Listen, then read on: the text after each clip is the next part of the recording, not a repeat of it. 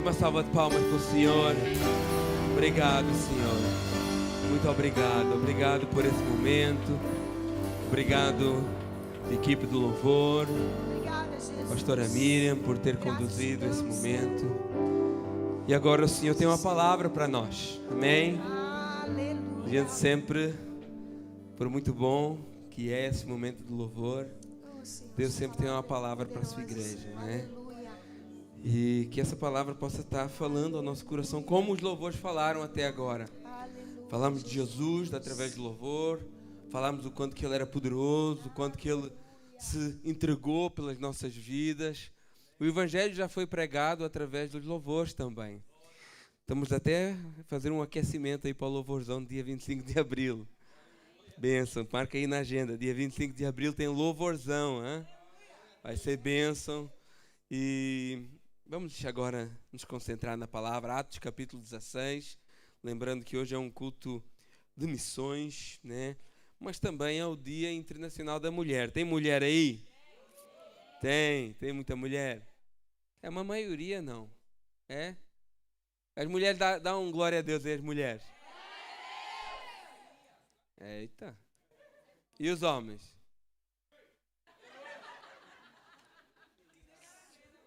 Não, mas vamos ver. Os homens.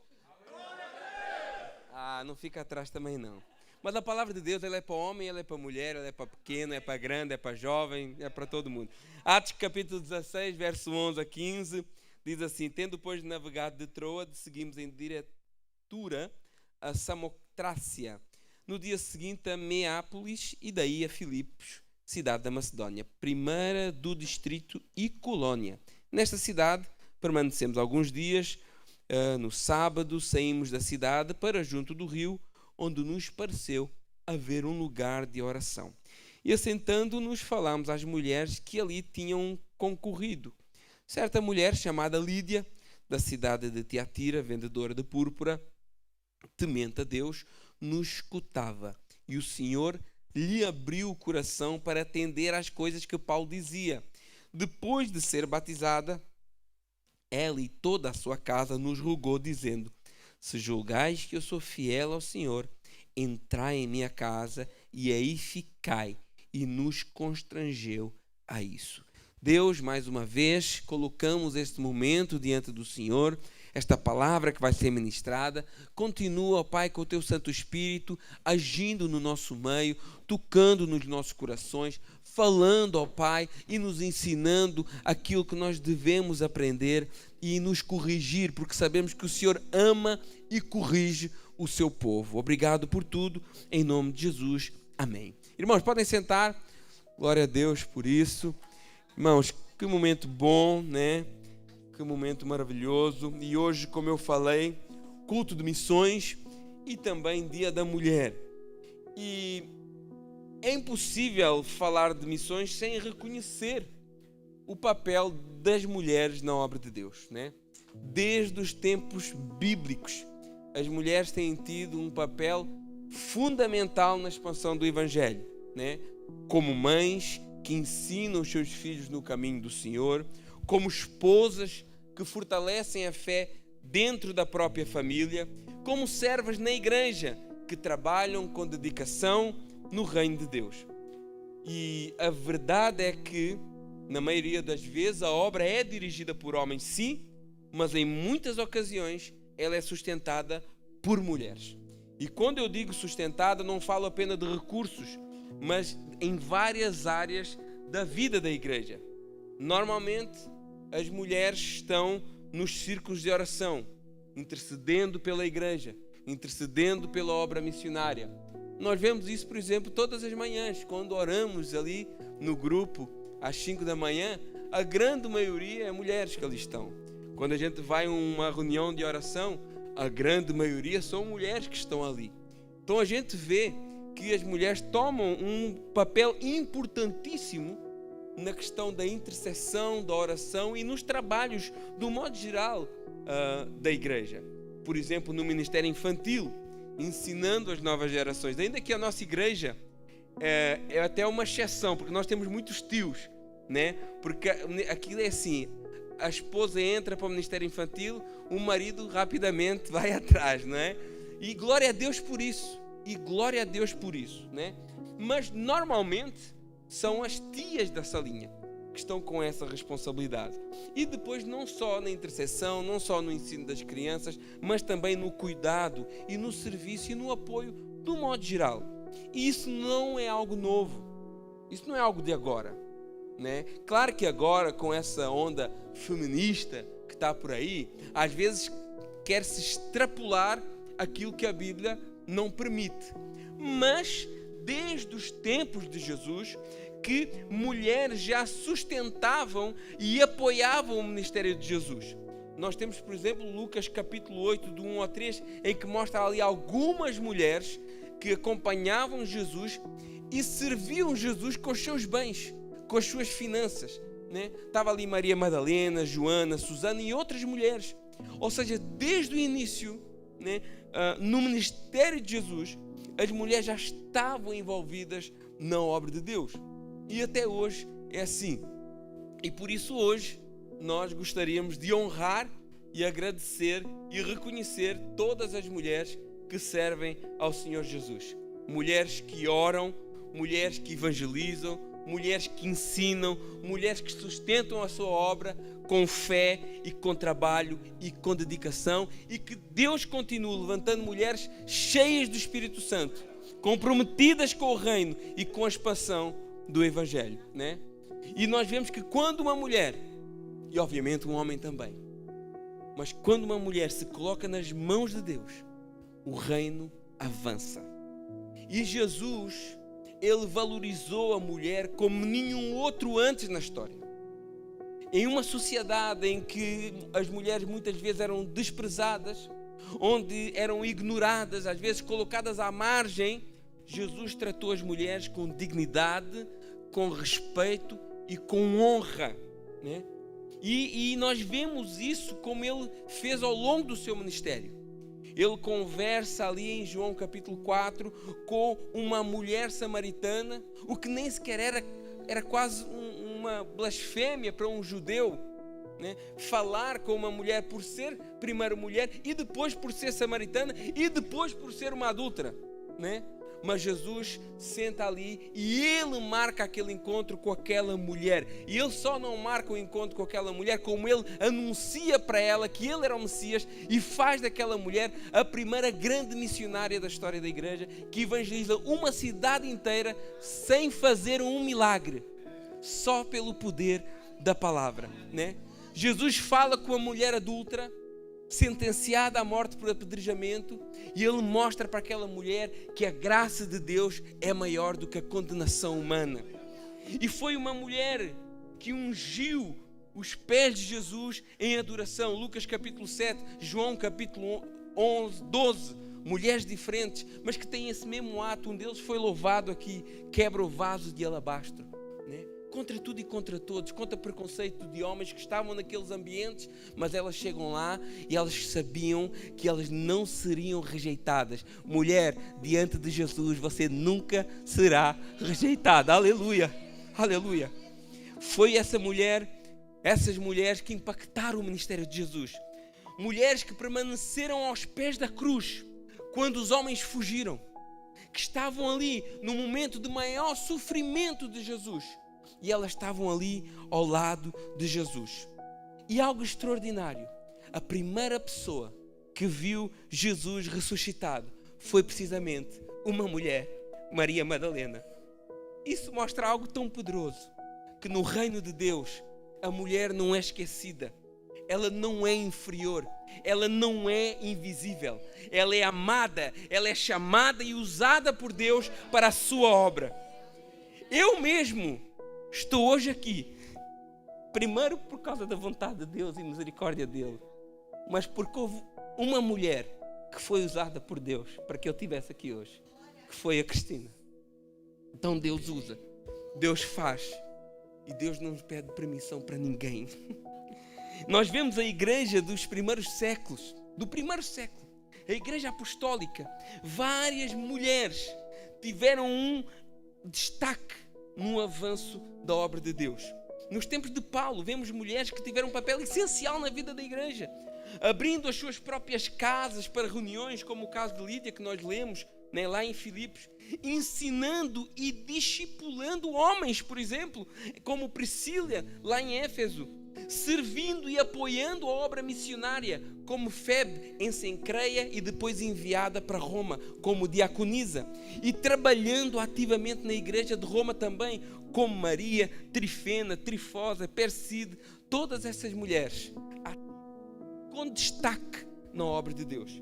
Isso mostra que Deus sempre levantou mulheres piedosas para cooperar na expansão do Evangelho, né? Gálatas 3:26 diz: porque todos somos filhos de Deus pela fé em Cristo Jesus, porque todos quanto fostes batizados em Cristo, já vos revestiste de Cristo. Nisto não há judeu, não há grego, não há servo, nem livre, não há macho e nem fêmea, pois todos somos um em Cristo Jesus. Várias mulheres na palavra de Deus tiveram um papel determinante na história da redenção. Deus, na sua soberania, escolheu e usou mulheres em momentos decisivos para cumprir seus propósitos. Desde a primeira mulher, sim, Eva, que mesmo após a queda, recebeu a promessa que da sua descendência nasceria um que esmagaria a cabeça da serpente.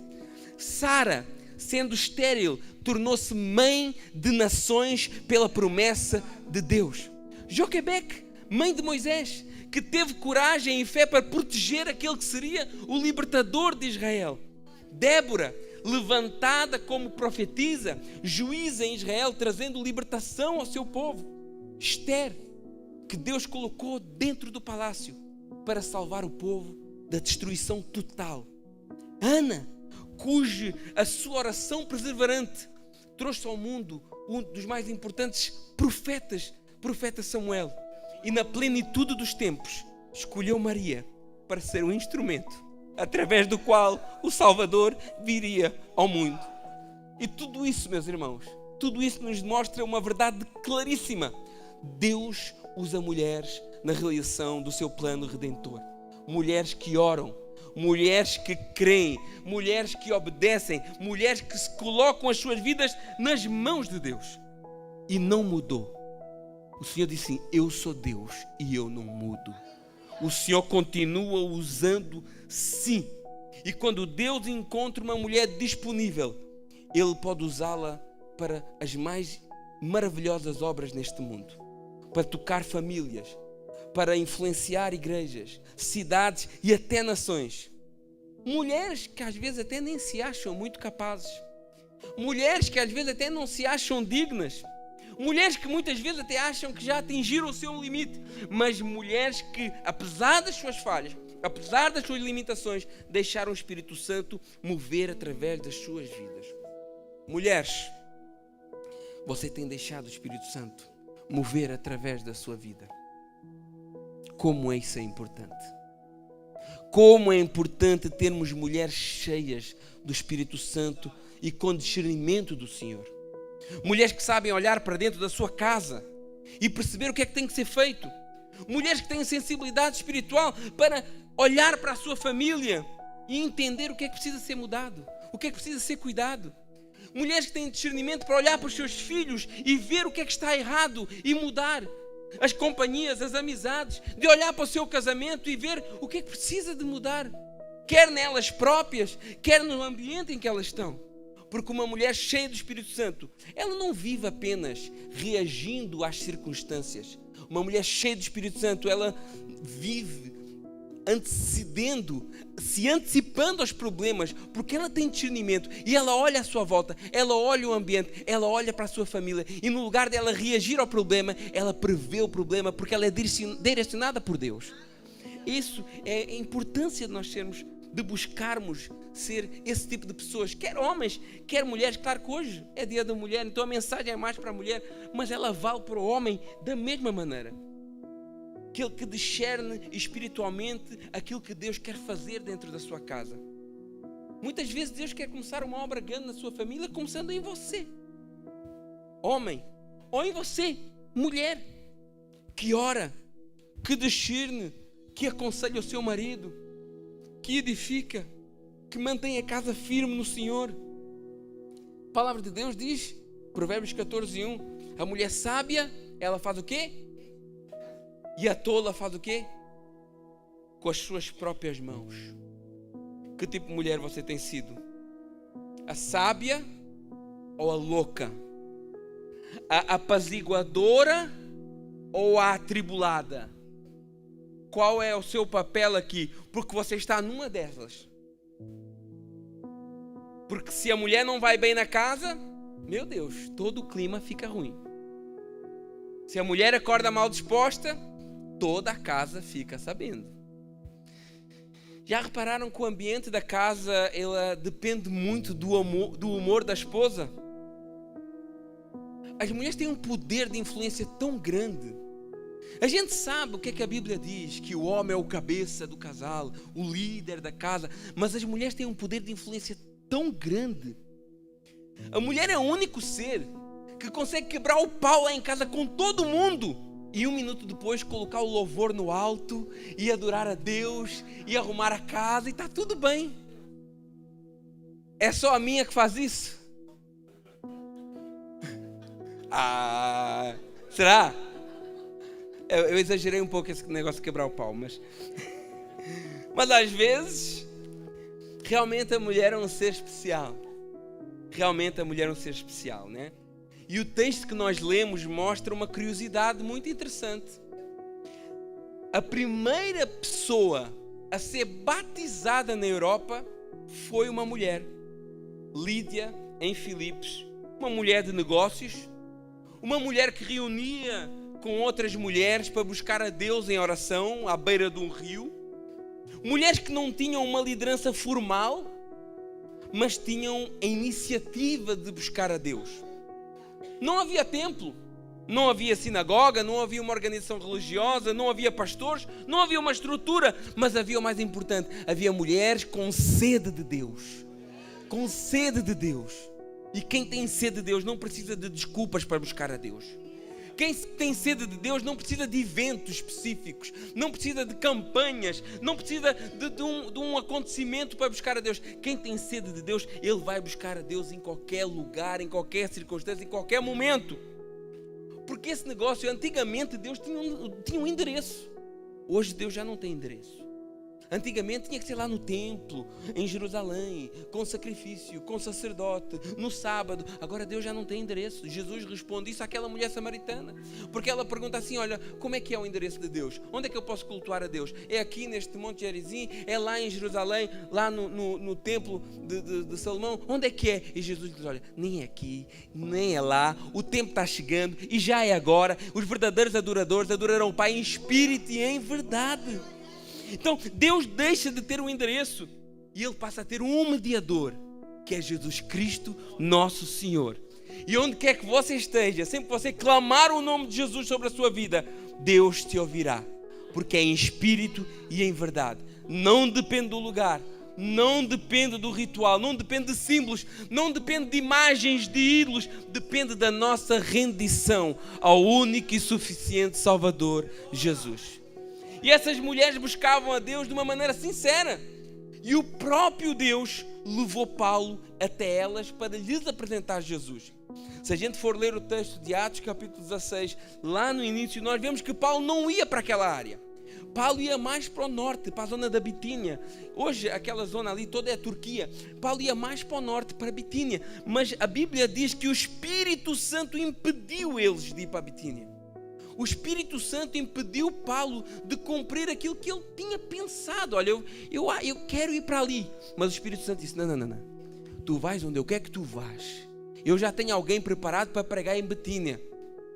E a gente vê que Bitínia foi evangelizada, não por Paulo, mas foi porque Pedro, na sua primeira carta, ele cumprimenta os irmãos de Bitínia. Então o evangelho chegou lá, mas havia um povo orando ali na Macedónia e Deus estava respondendo à oração daquele povo. E a oração missionária é um dos meios de fazer missões, sim. Havia pessoas orando, havia pessoas buscando socorro espiritual, havia pessoas com sede de Deus e o próprio Deus direcionou Paulo O próprio Deus alterou o programa de Paulo para que ele pudesse levar o evangelho a essas mulheres, né? E ele vai ali, chega a Filipos e encontra essas mulheres à beira de um rio. E leva a palavra do evangelho para elas e o Senhor faz a obra. Porque, irmãos, não se engana, a nossa missão é pregar o evangelho. Mas quem faz a obra é o Senhor. É sempre o Senhor. O que é que diz lá 1 Coríntios capítulo 3, verso 7? Pelo que nem o que planta é alguma coisa, nem o que rega, mas Deus que dá o crescimento. Então, eu posso plantar, outro pode vir cuidar, mas quem importa é a presença de Deus na igreja, que faz a igreja crescer em maturidade e em profundidade espiritual. E com Lídia não foi diferente. Paulo chega lá, prega o evangelho para Lídia, para aquelas mulheres, e olha o que é que diz Atos capítulo 16, verso 14. O Senhor abriu o coração para entender as coisas que Paulo dizia. Irmão, a gente pode pregar a pregação que for, pode ser o mais eloquente que for, se Deus não abre o teu coração, não nada vale a pena. É o Senhor que faz a obra, e Ele faz isso, sabe para quê? Para que ninguém se glorie, para que não haja jactância, como diz Paulo, porque é pela graça e misericórdia dele sobre a vida de cada um. E essa mulher, ela recebe Paulo e depois a palavra, o Senhor abre o seu coração, só que ela não cria o evangelho só para ela. Ela não cria o Jesus só para ela, porque quando o Senhor verdadeiramente abre o nosso coração, não tem como nós guardarmos só para nós. Não tem como a gente ficar assim, não, olha, eu tenho um tesouro, vou escondê-lo aqui, não vou mostrar para ninguém. Não, não. Não quer dizer que você vira um super pregador. Não tem nada a ver com isso. Mas quando o Espírito Santo nos alcança, nós entendemos que esse Jesus que nos resgatou precisa de resgatar os nossos que são próximos. Precisa de resgatar os nossos entes queridos. Pense na sua família, quantas pessoas não ouviram o Evangelho ainda? Ou quantas pessoas ainda estão fechadas para o Evangelho? Quantas pessoas precisam ser alcançadas também? Você sabe o que acontece se elas não receberem Jesus? Existem dois caminhos. Você, para a glória de Deus, está caminhando para a presença de Deus. Mas e como é que está o seu familiar, um filho? Ele está caminhando na direção de Deus? Ou está caminhando na direção daqueles que rejeitam a Deus? Então quem recebe o Evangelho e entende a seriedade do que é a salvação ou a condenação, ele não pode ficar parado sabendo que um familiar, um filho, um marido está caminhando para uma condenação eterna e ele não diz nada. E Lídia, ele diz assim, olha, no verso 15 ela diz, olha, depois de ser batizada, ela, toda a sua casa, né? Ela levou o evangelho para a sua casa, mas ela não queria só isso, ela queria que Paulo ficasse lá em casa. Ela diz assim, olha, entrai na minha casa e ficai aí. Ela constrangia os apóstolos, ali naquele caso era Paulo, Silas, Timóteo estava junto, Lucas também já estava aqui. Ela não queria que eles fossem embora. Ela queria estar perto de quem a poderia ajudar a aproximar mais de Deus. E essa é uma das marcas de quem verdadeiramente recebeu o Senhor. Desejo de conhecer mais e mais de Deus e da sua palavra. E mesmo que no princípio da nossa caminhada a gente tenha alguma limitação no conhecimento, nós buscamos estar perto de quem nos aproxima de Deus. Ou pelo menos devia ser assim. Você tem que buscar amizades que aproximam você de Deus. Você tem que buscar pessoas que te aproximam de oração, que te aproximam do estudo bíblico, que te aproximam da congregação, da comunhão. E isso é tão importante que o próprio Paulo fala sobre isso. Porque as suas amizades dizem muito do que você está buscando. Paulo já ensinava isso à igreja de Coríntio, na primeira carta aos Coríntios, capítulo 15, verso 35, ele diz assim, não vos enganeis, as más companhias corrompem os bons costumes. A gente usa esse texto quase como um ditado popular, mas isto é um texto bíblico que Paulo fala à igreja de Coríntios. E Paulo estava chamando a atenção, alertando os cristãos em Coríntio sobre a influência das pessoas ao nosso redor. E por isso ele diz, não se enganem. Convivência com pessoas que vivem ou ensinam o erro acaba influenciando o teu comportamento e a tua vida espiritual. Se você anda com alguém que fala palavrão, existe uma grande probabilidade de você começar a falar palavrão. Se você convive com alguém que apoia a violência ou qualquer coisa contrária à paz, ao amor, à misericórdia, ao domínio próprio, existe uma grande probabilidade de você começar a ser influenciado por isso. Se você está num meio onde existe contenda, onde existe fofoca, então há uma grande probabilidade de você se ver enredado por essa contenda e por essa fofoca também. E Paulo ensina aqui um princípio importante: as pessoas com quem convivemos influenciam quem nós nos tornamos também. E se a influência é ruim, ela pode enfraquecer a tua fé, mudar os teus valores, corromper o teu caráter e te afastar da verdade. E esse princípio vale para várias áreas: amizades, ambientes, né? Conselhos que ouvimos, conteúdos que nós vemos nas nossas redes sociais, na internet, influências dentro da família. Por isso que a Bíblia nos chama para andar com pessoas que nos aproximam de Deus e não com aquelas que nos afastam da verdade. Você lembra do Salmo 1? Né? O Salmo 1 fala sobre isso. Aquele que se assenta, que se detém, que está junto dos escarnecedores. Mas depois fala daqueles que meditam na palavra, que buscam as coisas de Deus, que são como árvore plantada, que dão fruto certo. Então, as más companhias corrompem os bons costumes. Então, nós precisamos de cuidar das influências que entram dentro da nossa casa. E a mulher tem um poder tão grande para isso. Amizades que estão na vida dos vossos filhos. Valores que estão sendo ensinados aos vossos filhos. Que tipo de ambiente espiritual existe na tua casa? Porque uma casa que conhece a palavra de Deus, ela vai proteger a família dessas influências. E nós vemos que Lídia queria estar perto de quem a podia aproximar de Deus. E claro que isso não quer dizer que você tenha que viver numa bolha. Não. Mas que você tem que ter cuidado com as amizades e com os ambientes que você frequenta. Obviamente que você tem que ter cuidado. Atos capítulo 16, verso 15 diz: olha, depois de ser batizada, ela rogou aqueles homens, ela insistiu com aqueles homens para que eles ficassem na casa dele. Ela insistia com Paulo para que ficasse ali. Ela queria que a sua casa fosse uma casa de Deus. Ela queria que a sua casa fosse uma casa de oração. Uma casa que conhecesse a palavra de Deus. Uma casa onde o amor de Deus é manifesto. Qual é o seu objetivo para o seu lar? Qual é o seu objetivo para a sua casa? Qual é o seu propósito para os seus filhos?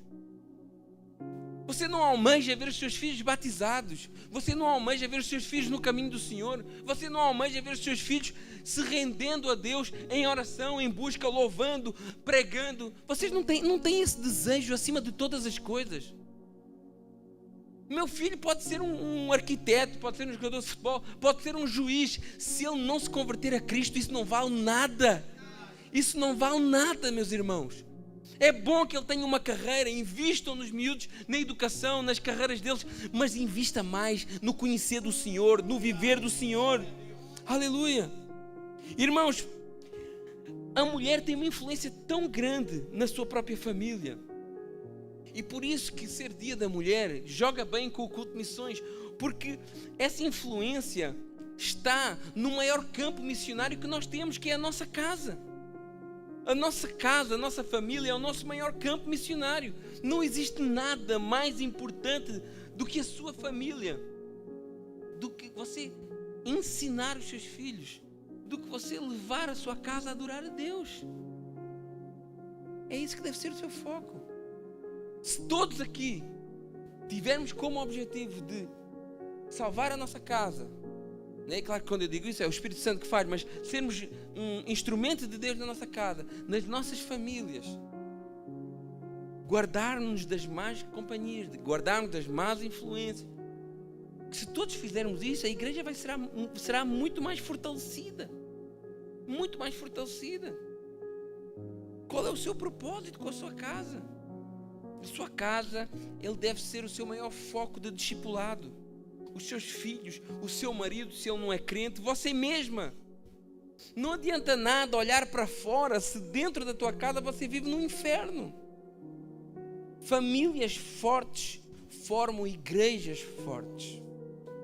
O diabo tenta tanto contra as famílias porque ele sabe que destabilizando as famílias, ele atinge a igreja do Senhor. Como é ruim vir para a igreja chateado em casa. Como é ruim, às vezes, fazer alguma coisa para Deus com alguma pendência por resolver em casa. Como é ruim viver de costas voltadas. E tudo isso é obra do diabo nas famílias, tentando destabilizar a obra de Deus. Irmãos, mas se Deus é por nós, quem será contra Deus? Agindo Deus, quem pedirá? Podemos todas as coisas e a vitória é nossa. Então você tem que fazer da sua casa uma casa de oração. Você tem que fazer do seu lar um lugar de adoração. Você tem que fazer da sua casa um lugar de busca a Deus. Nós temos que fazer na nossa casa um lugar onde Jesus se sente bem-vindo. Você lembra da casa de Betânia? Nós já falamos várias vezes da casa de Betânia. A Bíblia fala lá em Lucas capítulo 10, do 38 a 42, de uma casa, de um lugar onde Jesus, antes de chegar a Jerusalém, passava lá. E ele se sentia bem, era a casa de Betânia. E Jesus, sempre que passava naquela região, ele gostava de parar ali. Era uma casa onde Jesus era bem recebido. Era uma casa onde ele tinha amigos queridos. A Bíblia nos diz que morava ali Lázaro, Marta e Maria. E foi naquela casa, naquele lugar, que Jesus fez dos mais maravilhosos milagres, ressuscitando Lázaro, lá em João capítulo 11. Mas é algo muito interessante que aparece nos evangelhos, é que mesmo Lázaro, sendo a pessoa que foi ressuscitada, quem recebe grande destaque naquela casa são as suas irmãs. Vocês já repararam nisso? Quase não se ouve falar de Lázaro. Agora, nós vemos Maria de Betânia, vemos Marta várias vezes sendo mencionadas. E o que é que Deus quis mostrar algo através dessas mulheres? Maria e Marta, elas representam duas atitudes espirituais importantes dentro das nossas casas. Marta nos ensina sobre serviço e Maria nos ensina sobre prioridade espiritual. Nós vemos primeiro Marta ocupada, servindo a Deus com muitas tarefas. O texto diz que Marta agitava-se de um lado para o outro, ocupada em muitos serviços, e nós não podemos criticar, porque imagina receber o Rei dos Reis na tua casa. Você ia recebê-lo de qualquer jeito? Imagina Jesus entrando, né, glorificado, com um corpo glorificado, batendo à tua porta. O que é que tu ias fazer? O que é que tu ias servir? Então não dá nem para criticar Marta. Ela estava servindo o Rei dos Reis, o Senhor dos Senhores. Não era qualquer um, não. E ela tinha que fazer o melhor. E atenção que Jesus não critica o serviço de Marta. Ela ouve ali uma aparente correção de Jesus, porque ela critica a irmã, não por causa do serviço dela, né? E Jesus diz algo extraordinário, diz assim: olha, a tua irmã escolheu a melhor parte. Ela deu prioridade para estar na presença do Senhor. Mas as duas coisas são importantes. E isso nos mostra que uma casa abençoada não é apenas uma casa organizada, limpa e arrumada, mas é uma casa onde Jesus é a prioridade. Uma casa onde a palavra é ouvida, onde a presença de Deus é valorizada e onde Cristo é o centro. Isso volta para nós uma pergunta: a nossa casa hoje seria uma casa onde Jesus gostaria de parar para descansar? A nossa casa hoje é uma casa de oração. A sua casa é uma casa de oração. A sua casa é uma casa onde a palavra é conhecida, onde Cristo é honrado. Cada um tem aqui, devem estar 30 casas. Então cada um olha para a sua. Porque quando a casa se torna num lugar onde Jesus é bem-vindo, esta casa se transforma num lugar onde há vida, onde há salvação, onde há transformação. Uma casa onde o nome de Jesus é exaltado é uma casa onde pode até haver momentos de doença e até de morte, mas com certeza no final haverá ressurreição e vida com abundância. Claro que hoje falamos um pouco direcionado para as mulheres, mas temos que reconhecer que os homens também têm falhado como líderes e cabeças dos seus lares. Não são poucas as casas onde as mulheres puxam o homem para se chegar a Deus. Comigo não foi diferente. Eu ia à igreja atrelado à Cristina. Não ia à igreja porque eu queria. Tudo o que eu queria era que ela desanimasse com a igreja. A melhor notícia que ela me pudesse dar há 15 anos atrás era assim: amor, vou deixar de ir à igreja. Eu ia fazer uma festa há 15 anos atrás. É verdade. Não tenho vergonha de admitir isso. Porque se ela não quisesse ir, eu também não fazia questão. Só que ela um dia disse assim para mim: eu vou estar na igreja. Se você quiser estar comigo, é lá que me vais encontrar. E assim ela fez. E eu não tinha escolha. Isso pode até parecer radicalismo religioso da parte dela, mas não é. Porque por muito duro que fosse o meu coração para as coisas de Deus, na igreja a palavra é pregada. Na igreja o louvor vai amolecendo o nosso coração. Na igreja as nossas amizades vão sendo mudadas. Na igreja a comunhão vai nos unindo uns aos outros. E tudo isso o Espírito Santo vai trabalhar no coração da pessoa, por mais duro que seja esse coração. E eu sei que muitos homens têm um coração duro para a palavra, e eu já tive. E como é importante você, mulher, ser firme nas suas convicções. Olha o que é que diz 1 Pedro, capítulo 3, do 1 ao 2. Semelhantemente vós, mulheres, sede sujeitas ao vosso próprio marido, para que também, se alguns não obedecem à palavra, pelo procedimento das suas mulheres, sejam ganhos sem palavra. Pega bem essa ideia aí. Pedro ensina que uma mulher pode influenciar espiritualmente o marido, não apenas por aquilo que ela fala, mas principalmente pela maneira que ela vive. Ou seja, pela sua atitude, pelo seu caráter, pelo seu testemunho diário, pela forma de tratar o marido e a família. Muitas vezes, e eu acredito que sempre, o testemunho fala muito mais alto que as palavras. Deus deu à mulher uma grande influência espiritual dentro da casa. E a Bíblia diz que até mesmo um marido que não obedece à palavra pode ser ganho sem palavra. Não é através de discussões, não é através de brigas, não é através de insultos, não é através de cobranças constantes, mas através da vida transformada da mulher, de um coração cheio do Espírito Santo e de um caráter que reflete Cristo. E tudo o que ela precisa de saber de Cristo, Ele vai ver na mulher. Esse é que é o grande desafio. Quando um homem vê paciência, quando um homem vê amor, quando um homem vê fé, quando um homem vê a vida de oração da sua esposa, isso começa a tocar no coração dele.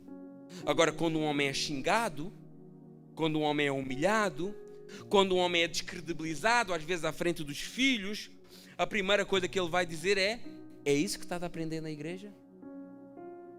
Se você vai para a igreja para quê?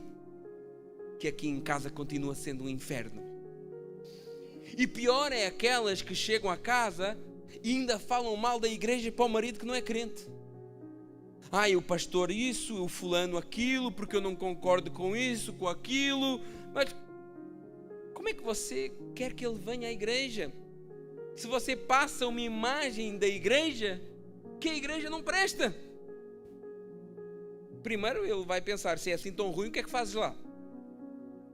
E também vai pensar, Deus me livre de entrar nesse lugar, né? Isso vale para todos nós, homens e mulheres. O nosso testemunho fala mais alto que a nossa pregação. Jesus critica duramente aqueles que não viviam à altura do que pregavam. Mateus 23, do 2 ao 4 diz assim, Jesus, olha, na cadeira de Moisés se assentaram escribas e fariseus. O que é que Jesus está falando aqui? Tem um povo que quer guiar o povo como Moisés guiava. Tem uns que querem ser Moisés, guiando o povo pelo deserto. Eles até falam bem, eles até conhecem a palavra, eles até sabem como é que a religião funciona, mas isso não tem proveito nenhum para eles. Ele diz porquê, no verso 3. Fazei e guardei, pois tudo quanto eles dizem, porém não imiteis as suas obras, porque dizem e não fazem.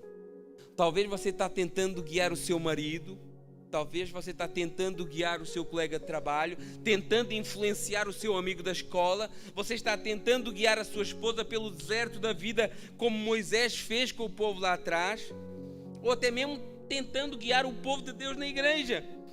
Mas se as coisas não estão dando certo, parece que ninguém está ouvindo, parece que você fala, mas ninguém leva a sério.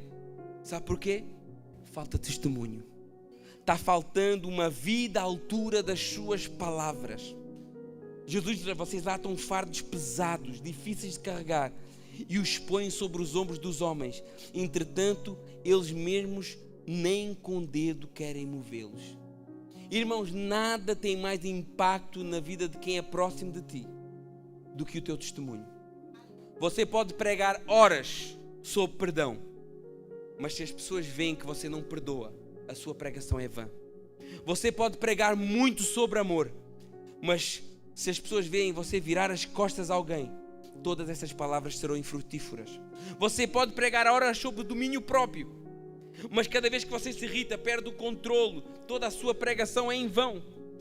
Você pode ter uma vida pregando sobre fidelidade, mas cada vez que você adultera, a sua pregação cai por terra.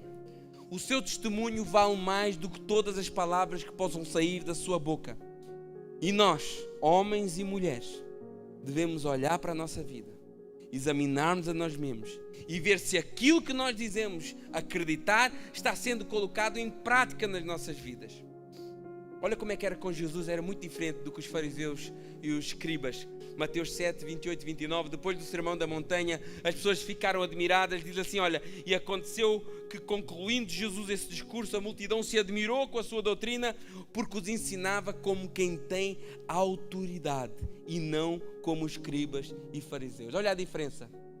E o que é que isso significa? Naquele tempo os escribas e os fariseus, eles ensinavam apontando outros mestres. Não sei se você já ouviu um rabino ensinar a Torá, por exemplo. Ele vai sempre fazer menção aos sábios antigos, né? Então, Jesus, ele traz uma mensagem revolucionária. Porque ele não diz assim, olha, segundo o rabino tal, segundo a tradição. Jesus ensinava de forma diferente. Ele dizia assim, eu, porém, vos digo. Ou seja, ele falava com autoridade própria. Por quê? Porque ele era filho de Deus? Sim, claro que essa autoridade vinha de quem ele era, da verdade de que ele ensinava, mas também de algo muito importante, da coerência entre a sua vida e as suas palavras. Essa era a grande diferença na vida de Jesus. E é isso que traz autoridade para a tua vida. As pessoas percebiam que não era apenas conhecimento, era autoridade espiritual. Quando alguém conhece verdadeiramente a palavra, vive aquilo que prega e fala guiado pelo Espírito Santo, as pessoas percebem a autoridade espiritual. A autoridade espiritual não é grito, não é posição, título, autoritarismo. As pessoas percebem a autoridade espiritual. Uma vida alinhada com as palavras da verdade, a palavra de Deus. E por isso a multidão dizia que Jesus falava como quem tem autoridade.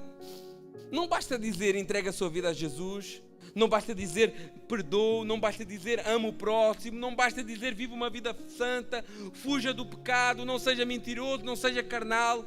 Antes de você poder dizer essas verdades para alguém, você só traz autoridade se elas forem verdade na sua vida. Vamos ficar de pé, meus irmãos. Aleluia. Hoje, dia das mulheres.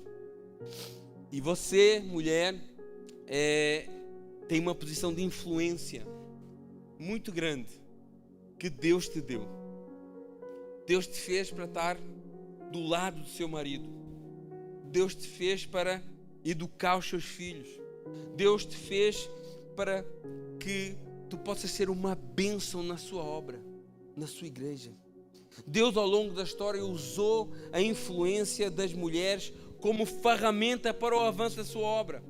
E Deus continua levantando mulheres hoje para o louvor da sua glória. Mas e os maridos?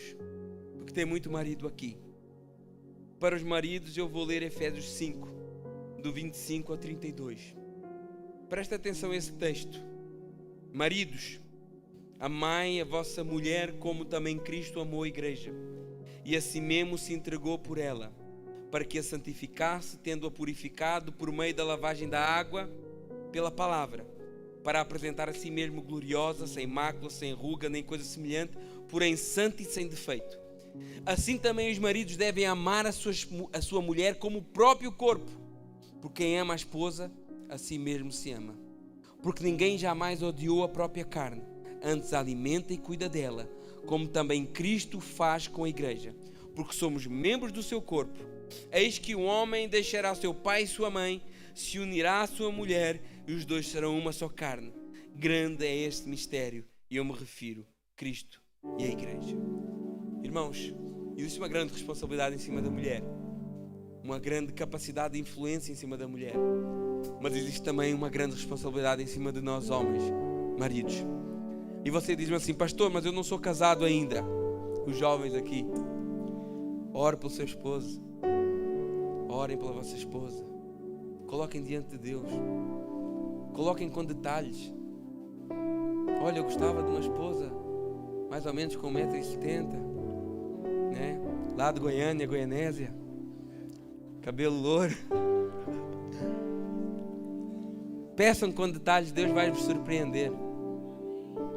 Pais, comecem a orar pelos vossos genros. Comecem a orar pela vossa nora. Comecem, isso vai chegar. Eu sei que o pai, principalmente pai de menina, né? A gente pensa assim: não, pai, né, Cláudio? Quando chegar lá o barbado à frente da porta, dizer: vou levar. O primeiro vai ser sacrificado em holocausto. Amém. Totalmente queimado, ó Senhor.